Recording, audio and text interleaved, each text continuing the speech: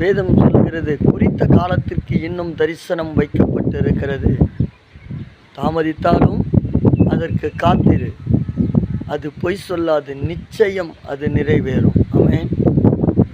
உங்கள் வாழ்க்கைக்குண்டான தரிசனத்தை கர்த்தர் வைத்து விட்டார். எப்பொழுதோ அந்தந்த நேரத்திற்கேற்ற ஆசீர்வாதத்தை, அந்தந்த வருஷத்திற்கேற்ற ஆசீர்வாதத்தை தான் கர்த்தர் உங்களுக்கு கொடுத்து இதுவரையிலும் நடத்தி கொண்டு வருகிறார். எத்தனை பேர் நம்பி விசுவாசிக்கிறீங்க?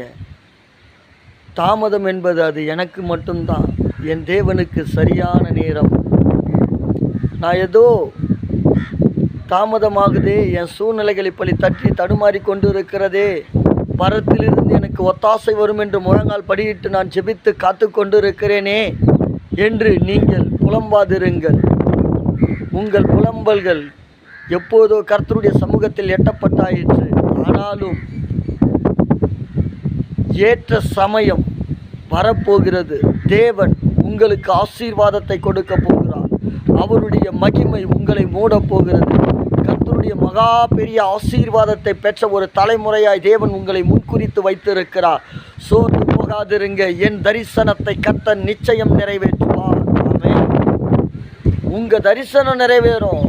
உங்களுடைய திட்டத்தை அப்போ தானே நிறைவேற்றணும். உங்கள் பிள்ளைகளுக்கு நீங்கள் எப்பப்போ எதை செய்யணும்னு ஒன்று அடம் பிடிச்சா நீங்கள் வாங்கி கொடுப்பீங்களா? வாங்கி கொடுக்க மாட்டீங்க.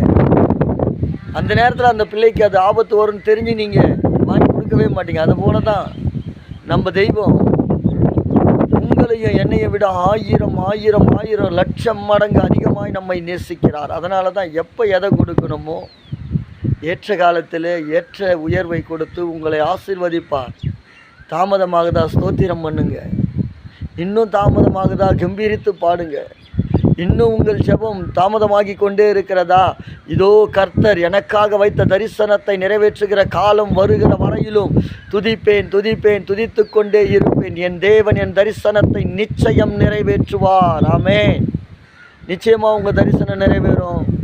தாமதிக்குதா? காத்திருங்க. இந்த ஓய்வு நாளில் உங்கள் காத்திருப்பு கர்த்தருடைய ஆசீர்வாதத்தை பெறுவதற்கு ஒரு திறவுகோலாய் மாறும். God bless you.